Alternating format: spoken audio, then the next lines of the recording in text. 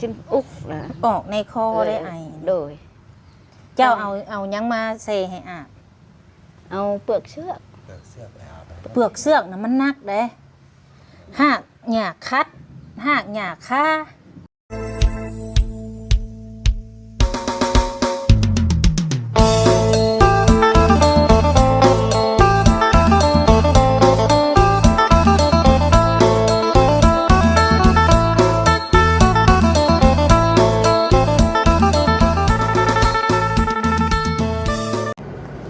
สบายดีพี่น้องสบายดี FC เบอร์สุขุสุพลเนาะสุหม่องสุบอลเด้อพี่น้องเด้อบ่ว่า FC ทั้งฝั่งลาวฝั่งไทยและก็ต่างประเทศ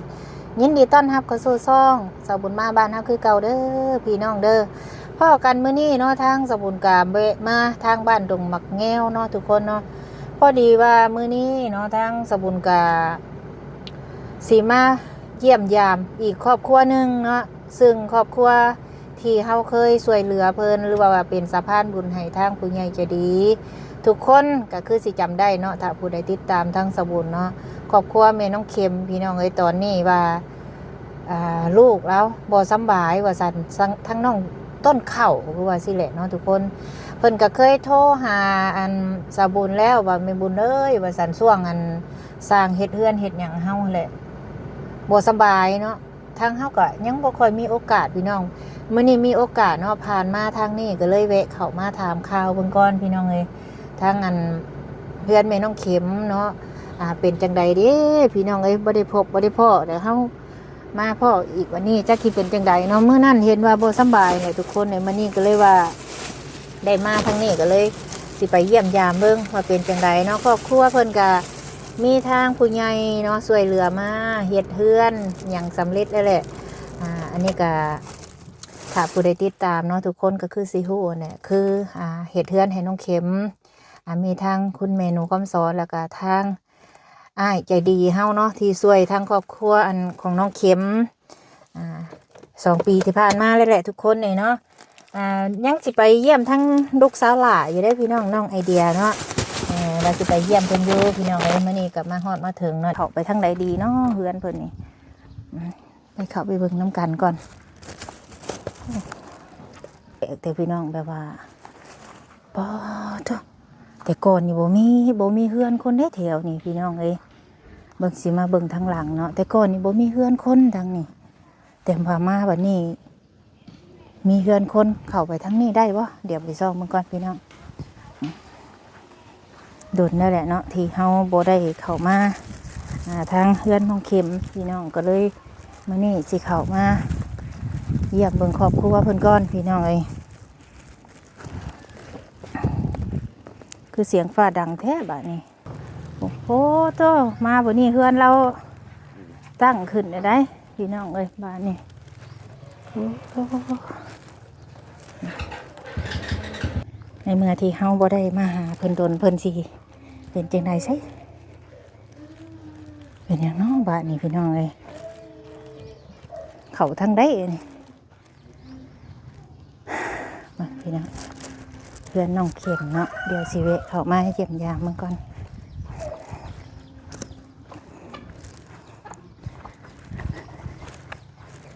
นะพี่น้องแต่ให้บาทนี่เดี๋ยวเพื่อนที่ว่าเฮาเคยสั่งเคยยังให้เพิ่นโอ้พี่น้องเพื่อนน้องเข็มเนาะไปเดี๋ยวเข้าไปน้ำกัน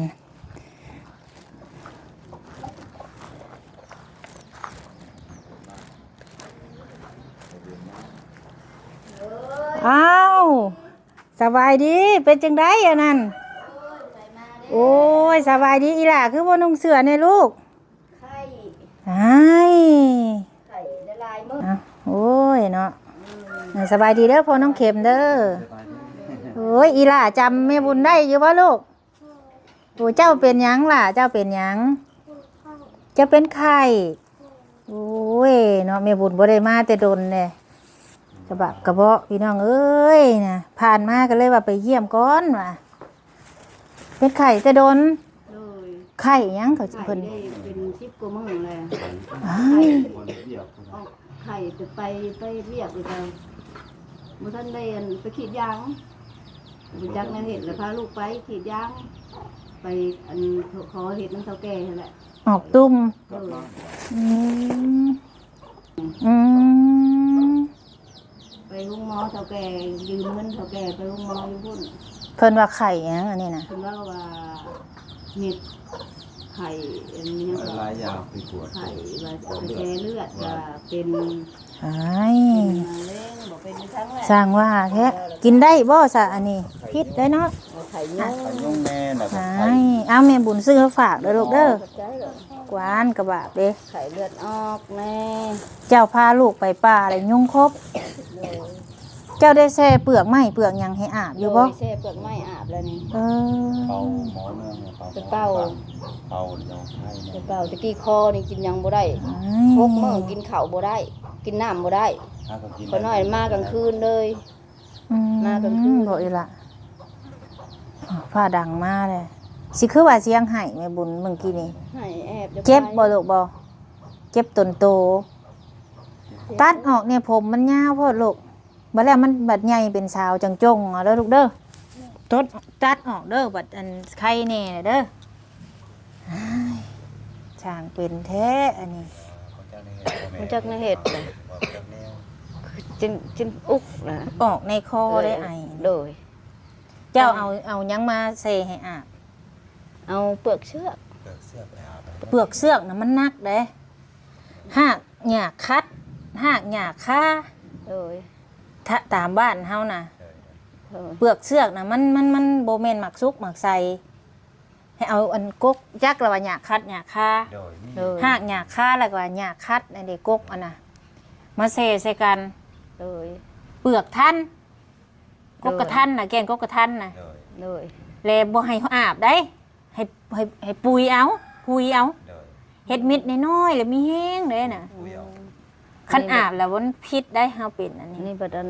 อาบให้แล้วอันกินนี่อาบกินนี่แหละมันยะมันหยางหลายเลย คันคายเนาะ หมากอันนี้หันจักหมากเพียงไรเพิ่นว่าหมากเมิดเพิ่น มัน ว่า คือ นะ หืดบ้านข่อยเอิ้นมาคันมาคาย มาคันมาคายต่างหาก อันนี้หันหมออันหมอเพิ่นว่าหมากเมิด เพิ่นบ่มี หัน น้ำ ใจ หักไม่ให้บ่ บ่เป่าซื่อหันใจผืดหันใจผืด คันกินบ่ได้เจ้าจะพากินเด้อลูกเด้อเก็บไว้เด้อ พังแล้วลูกแม่บุญว่าเอานะอีได้จื้อบ่แม่บุญนะลูก ใส่เอื้อยเข็มไปใส่สัน เข็มอยู่ห้องหมอ ไปห้องหมอ เป็นหยังอีกนั่น เอาไข่อันนี้แหละ อี นอนอยู่ห้องหมอผู้บ่ได้แม่บ่ได้แล่นน้ำเลย มีแต่แล่นน้ำผู้นี้ อยู่ห้องหมอใส่ อยู่ห้องหมออยู่อัน หมอกลุ่ม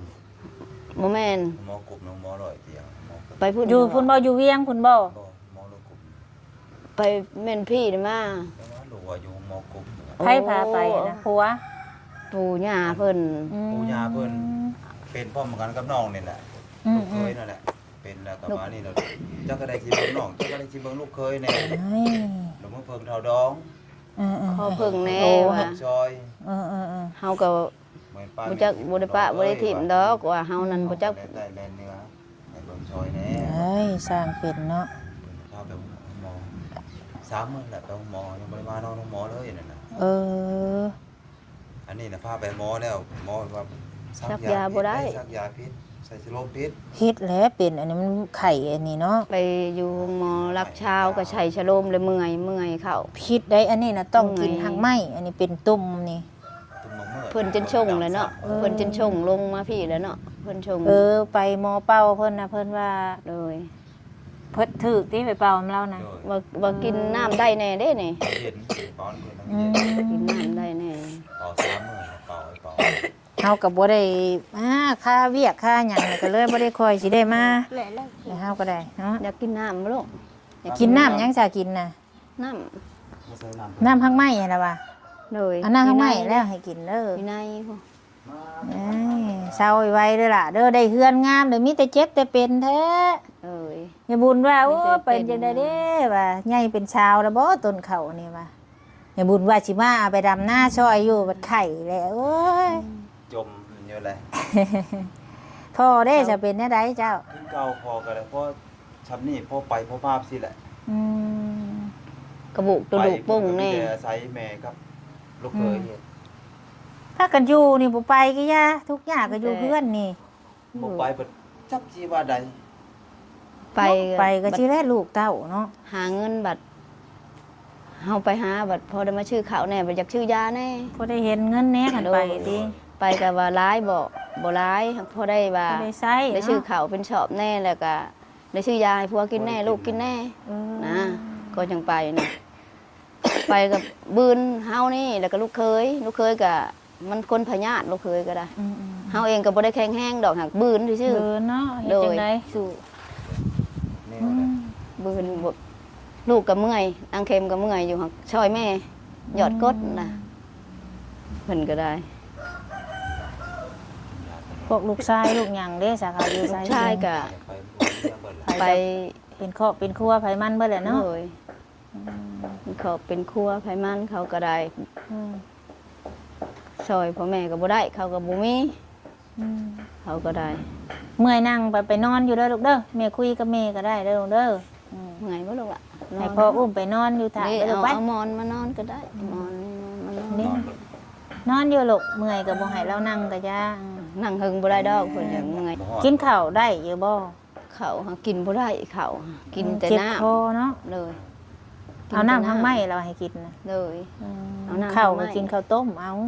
เขา นอนบ่ลูก ต้มก็กลืนบ่ได้นี่มันคอนี่มันติ เดี๋ยวข้าวให้กินเด้อจ้ะนี่เด้อเก็บไว้ก่อนให้เพิ่นเซาก่อน เลย ให้เซาก่อนจังกินโอ้ยเนาะสักทีว่าพี่น้องเอ้ยเด้ออืม เมื่อยนะจักในเฮ็ดก็บ่เจ็บบ่เป็นก็ใครแน่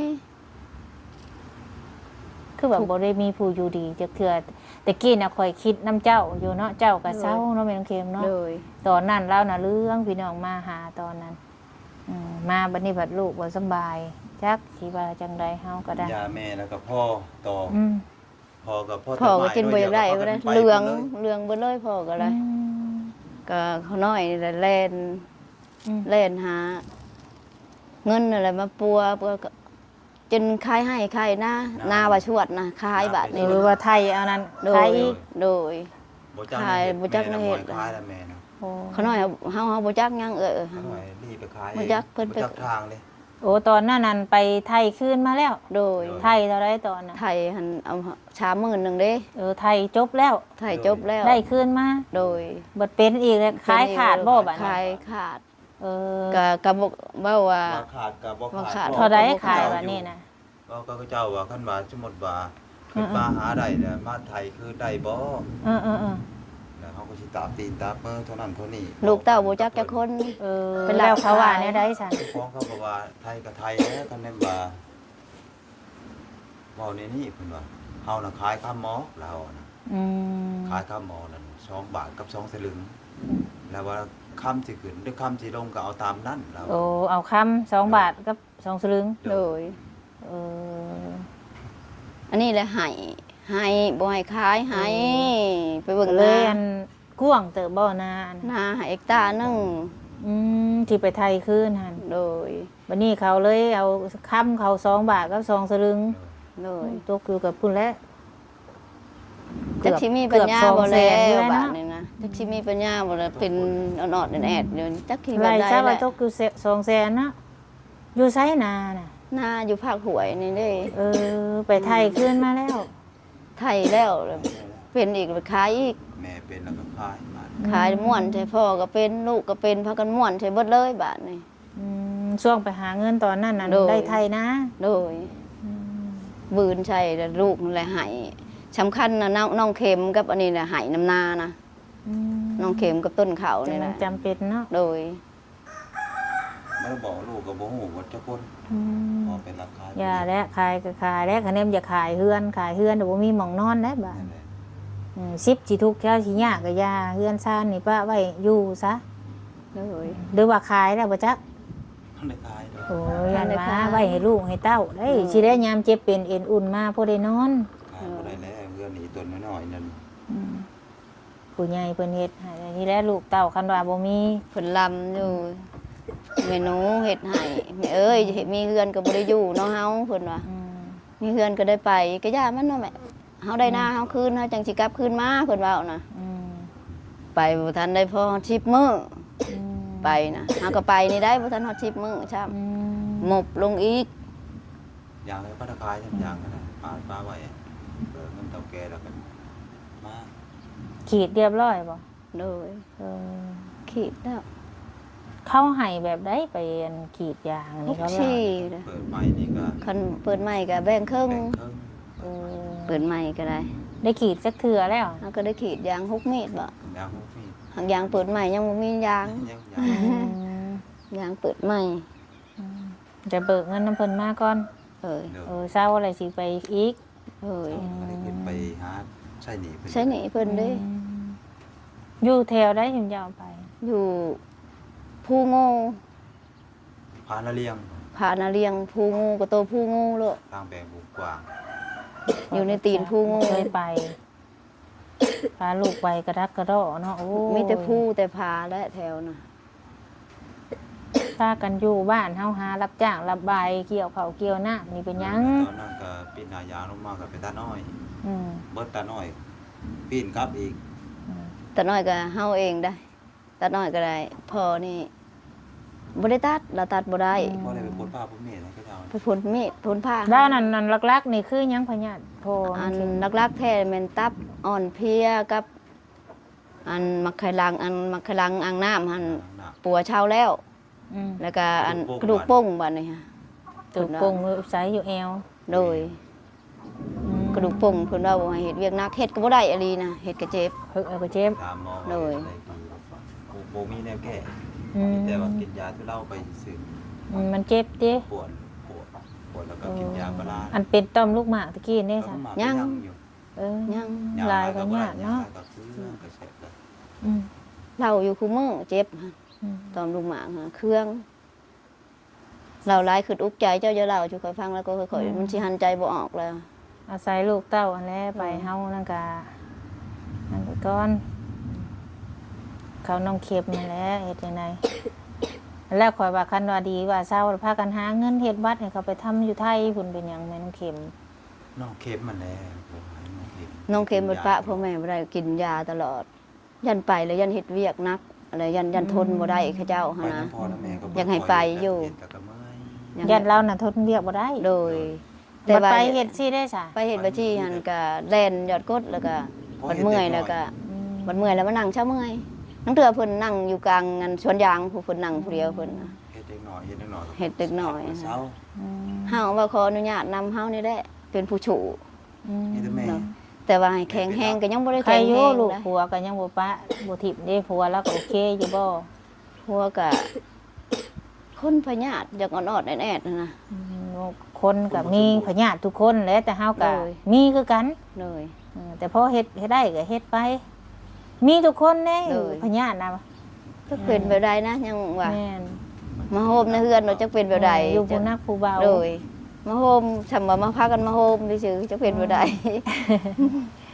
คือ บ่ น้ จั อก ง กันแน่ว่า คือน้อง แหละ เข็มนี่ก็ที่ผ่านมาเนาะพาไปหาหมดหาหมอตั้งแต่สมัยข่อยท่านได้เข้ามาตะกี้ก็ เลย มีผู้ใหญ่ได้เนาะเพิ่นพาไปหาหมอตะกี้จื้อได้อยู่บ่เพิ่นซื้อได้ใด ชื่อเบาเตียง อันผู้ใหญ่เพิ่นน่ะ ผู้ใหญ่เพิ่นนะเพิ่นเบาเตียงบอกว่าเพิ่นเว้าว่าแม่ทุ่มบ่แม่ทุ่มมะลีบอกเพิ่นเว้านะ อืม แล้วก็มีพ่ออ้ายใจดี อืม แล้วก็มีหลายๆคนอยู่เพิ่นว่านะก็ อืม แต่ค่าโชว์นี่บ่อยากจำปานใดนะความจำก็ได้ก็ขอโทษขออภัยเด้อทั้งอ้ายใจดีทั้งมี ซื้อได้ใด แม่ชื่อว่าคือแม่จุลีบ่แม่หยังกับแม่หยังแม่เนาะ นั่นแหละที่เพิ่นเคยผ่านมาทาง โดย บ่เตียงขอยบ่ฮู้ดอก โดย แต่ว่าข่อยถามเบิ่งซื่อๆว่าที่ผ่านมาไผมาช่วยเจ้านี้ เบาเตียงมาก่อนหมู่เบาเตียงเคยมาซอยน้องเข็มก็บ่ได้ลืมบุญลืมคุณเพิ่นเบาเตียงเพิ่นเอาไปจนเช่าจนตั้งรักได้เพิ่นก็ได้ แต่ก็มาเป็นอีก ขบคุณ ช่วงเฮามา เบา พ้อ เตียง เนาะ โดยก็มาต่อเอื้อยอีก เออ ก็จนว่าฮอดขันนี่อีกยังเอื้อยยังมาพ่อผู้นี่เป็นอีก มาซองเบิ่งนี่แหละว่าเป็นจังไดข่อยก็ได้มานั่นได้อยู่แต่ว่าจักสิช่วยแนวใดข่อยก็ได้เนาะอืมมาเบิ่งมาแยงสิแหล้วข่อยก็ได้ มีแต่มาให้กำลังใจ กินเองบ่ล่ะ เด้อ อยากกินน้ำบ่เอาน้ำให้ลูกกินแน่พวกเค็มเอ้ย อยากกินน้ำ อยากกินน้ำคอแห้ง มากิน กินลูก น้ำไปได้ลูกน้ำ เศร้าไวๆเด้อ น้ำเดียวกัน อื เจ้าจะพากินเด้อลูกเด้อเช้าก่อนจังกินขนมเด้อลูกเด้อ โดย ก็บ่บัดเจ้าเช้าไข่เลยตัดออกซะผมนะให้มันนั่นใหญ่กว่านี้ก่อนจังจง เลย เฮารักษาบ่ได้ยังไงมีเฮาได้น่ะมีบ่นอนอยู่ลู บ่ ก มีเฮาบ่ได้เข้าโรงเรียนได้เลยบ่มีเฮา พาแต่ลูกไปลูกบ่ได้เข้าฮอดโรงเรียน มันอยู่ไกลบ่อนโรงเรียนได้คันไปบัดเข้าผู้โห ไปอยู่ตามผู้ตาม ผู้งูผู้มันรถบ่มีโรงเรียนหั่นเมื่อยได้เฮาก็ได้บัดน่ะเมื่อยก็ได้ พากันอยู่บ้านเป็นเอาหนี้เพิ่นมาเท่าใดเอาเบิกเฒ่าแก่มา ว่าบ่ขออนุญาตนำเด้อเท่าแก่หั่นหมื่นเท่าไหร่ก็12,200 ยืมเพิ่นมานะบ่ โดยแล้วก็อันถามห้านนะห้านเวียดตัวนั้นฮะ1,300 อืม ห้านเวียดมีห้านเวียดอันนั้นอีกก็2,900 อืม เส้นเขากิน เส้นเขากินที่เป็น ขออนุญาตนำบ่มีเครื่องบ่มีทุนไป แต่ลงไปก็ยังเบิกเงินน้ำเพิ่นจะพอได้น้ำมันเลย นั่นแหละข่อยจังว่าคันมันดีเศร้าใส่นี่ก็เบิดพากันมาอยู่บ้านพี่นะมาหารับใช้ในผู้เขาอยู่เขาก็ยังมีเด้น่ะเราก็ได้เฮือนใหม่เด้ผู้นี้ เลย มาบัดนี้เราได้เฮือนใหม่ได้ เบิ่ง นี่ ข้างๆคือดำ นี่ แบบนี้ เฮือนหลังนี้พี่น้องตะกี้เฮือนเรา ดำ ฮักเพได้ตะกี้เนาะ เลย เราก็ได้เฮือนใหม่แล้วบัดนี้เด้อใจข่อยนี่อยากให้อยู่บ้านข่อยไปหาเกี่ยวข้าวรับจ้างหาดำหน้าพุ่นตื่นมาได้มาเฮือนอยู่ใครกลัวบ่จัก อยากอยู่คืออยากอยู่เอ้ย ก็ได้ อยากอยู่ใจก็ได้แต่ว่ามันความอันนี้นี่แหละคือ มันเกิดมามันท้อมันหยังว่าแล้วมันแบบโอ้ย บางหันนั้นลูกนี่เจ็บในท้องนี่บ่ได้กวดเลย เจ็บในท้องในต้นเขานี่ตั้งเท่าใดมื้อเนาะ อืม แล้วบ่ได้ไปกวดเลยเช่าเอง เอาอีก เช่าเอง ไปเลยจังหวะได้เป็นแบบนี้อีกต่ออีกนะ เจ็บท้องจักว่าเรากินข้าวบ่เป็นเวลาบ่จัก กินอยู่เขานะ กินมาหลายเท่า เราขออนุญาตนำบัดเพิ่นไปเหี่ยวบัดเพิ่นไปเหี่ยวเนี่ยเพิ่นสิเจ็บ แล้วก็ไป เจ็บ กวด ท้องนะ โดยแล้วไปกวดนะเพิ่นว่าลำไส้หยังก็ลำไส้บาดลำไส้ ตามสิ ลำไส้อักเสบกินทางไม้เอาทางไม้มาแช่ให้กิน ไปหาหมอเพิ่นว่ายันพิษยาเพิ่นบ่ใส่อันนั้นให้ติ เลย เลย ก็เลยมาเป่าเอาตัวนี้เอาบัด เอา เลย อืม เปล่าเลยนี่จะเป็นอะไรมื้อนี้นะคางคือดำๆมื้อนี้ อืม เพิ่นว่า จะไปกินละโลละเลเด้อกินข้าวกับหยังจ้าคันกิน บ่ได้กิน ต้องเข้าไป ต้มข้าวเปียกคันว่านั่นน่ะ มันขึ้นในคอได้เห็นบ่ละอาย เลย อืม นี่เลยโยมแน่นะ อืม ว่านี่ไผเบิ่หน้าตาว่าพ่อแม่ตกใจเพิ่นแล้ว แต่ว่าโยบแล้วมันนี่ติ เลย ปืนไฟก็ยังปกติยังหุ่งยังหยังคือเก่า เลย น้ำในก็ยังใช้ได้คือเก่าบ่ น้ำในก็ใช้ได้ เออดีแล้วจังว่าโอ้ยบ่ได้โดนแล้วบ่ได้มาพี่น้องเอ้ยปี2ปีแล้วก็แต่มาก็แต่แม่น้องเข็มบ่สำบายตะกี้พุ่นแหละ เลย มื้อนี้เลยมีโอกาสก็เลยว่าไปเยี่ยมเบิ่งก่อนว่าเช้าไว้ๆเด้อต้นข้าวเอ้ย เลยแม่ลูก อืม เลยไม่ละแม่บุญได้มาหาอีหละนะอีหละจมหาอย่างเด้ เฮาแม่บุญก็มีบ่หลายเด้อแม่บุญก็ไว้ให้เจ้าซื้อยาให้ลูกเด้อแม่เข็มเด้ออ่ะ เลยขอบใจเด้อไอ้ขอบใจละลายให้เจ้าอยู่ดีมีแห้งสุขภาพ โอ้ แข็ง ย แรงเดินทางปลอดภัยเด้อ โดยสาธุเอาดีใจนํให้ดีให้เศร้าแวะมาเยี่ยมข่อยก็ได้ ขอบบุญขอบคุณแม่หนูผู้เฮ็ดเฮือนเฮ็ดชาติให้เด้อแล้วก็อ้ายใจดี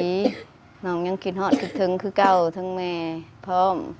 ขอขอบบุญขอบคุณแม่ให้แม่อายุหมันขวัญยืนถึงอ้ายพร้อม เลย ชื่อชาเล้งให้น้องก็ยังอยู่ชาเล้งก็ได้ปะอยู่ชวนยางเอามาบ่ได้ อืม ชาเล้งก็ยังมีอยู่ ขอบบุญขอบคุณอ้ายละลายเด้อให้อ้ายอยู่ดีมีแห้งสุขภาพเข้มแข็งทำธุรกิจใดก็ขอให้รุ่งให้เรืองเบิดทั้งแม่ทั้งอ้ายจ้า เอ ถูก อสุขุสุข เจ้าคือกันเด้อเอ้ยเด้อ โ เจ้าอยู่ดีมีแห้ง โดย เจ้าก็ได้ สธุเจ้าคือกันแหละให้สู้ซ้นไปแหละเฮ็ดจังได้ไผก็บ่อยากเป็นแต่มันเกิดขึ้นมาแล้วเด้สิแลลูกเต้าก็ได้นี่เด้พี่น้องเอ้ยอันนี้ก็ โต๊ะเอ้ยน้อยได้ซื้อให้อันนี้มันยังตุ้มยังจะอันนี้ กกดอกไม้ ดอกไม้ เออก กดอกไม้บัดไปเลยยันแบะกิน เงยตุ้มเมียน เลย โอ้ยเนาะบ่ได้หัวบ่เฮือนซาน บ่บ่ฮู้ ใครอยู่ดอกบ่หัวเอาซานเดียวแม่บุญสิกลับเด้ออีหล่าเด้อไปเยี่ยมน้องไอเดียก่อนอยู่เฮือนบ่บุ ทั้งสิกลับปะแล้ว เช้าไว้เด้อล่ะเด้อ เด้เงินไม่บุญ บัดเช้าจังกินเด้อขนมเด้อให้เช้าไว้เด้อ เล เฮ้ย ยแม่น แข็งแห้งไว้แหละเดี๋ยวมื้อหน้ามีโอกาสสิแวะมาใหม่ ถึงงอฮอดเว้าย าแล้วดอกเด็กน้อยมันบ่ได้กินหยังเนาะ เลย แนวใดมันสิพิษก็จะพาให้ลูกกิน เลย แต่น้ำหาก็กินได้มื้อนี้แหละน้ หางเริ่มไข้แล้วจ้ะ ำ เฮาก็กินได้มื้อนี้ เจ้าจะพาให้กินเด้อเป็นขนมเป็นหยังเด้อให้เราเศร้า พอ ก่อน ดี6มื้อ7มื้อบ่ได้กินน้ำกินข้าว กระบะกระบอกเนาะ จนมากลางคืน อืม บ่ายชาม มาได้จักมื้อแล้วนี่ มามื้อชื่นนั่น อืม บ่ายชามมาฮอด มาก็คือตากฝนมา ช่วงกันเจ้าโทรข่อยยังอยู่ไสซะน่ะ ท่วงอยู่ในเฮือน โด นี่ อยู่ในเฮือน โอ้แล้วไปอีก โด โด ย ย หลังจากได้โทรแล้วก็ไป เออ ไปแล้วหา ช่วง มา น้อง อีก เข็มช่วงน้องต้นข้าวเจ็บท้องแหละโทร อืม เออ ข่อย ป ก็ กติ ผู้ดี เลย สร้าง เลย มาเฮ็ดเฮือนช่วงน่ะกำลังนั่น ปกติเอ้ยดอกขอบคุณหลายๆเลย เอาให้กำลังใจเด้อ เลย เดี๋ยวสิกลับก่อนเดี๋ยวสิไปหาน้องไอเดียก่อนมื้อนี้อยู่บ่เดี๋ยวมื้อหน้าผู้แลจังไดก็สิแวะมาใหม่ ขอบคุณอันผู้ใหญ่ทั้งเบาเตียงเลยเด้อคือฮอดคือถึงเด้อทั้งเบาเตียงพร้อม ที่เพิ่นผ่านมาเนาะ ที่ผ่านๆมาบ่ได้ลืมบุญลืมคุณนึกถึงอยู่เสมอที่เพิ่นเข้ามาช่วย แต่ละคนบ่ได้ลืมบุญลืมคุณ โดย ขอบคุณหลายๆเด้อ โดยไปซันสำหรับคลิปนี้ก็ประมาณนี้แหละสบายดีเด้อสบายดี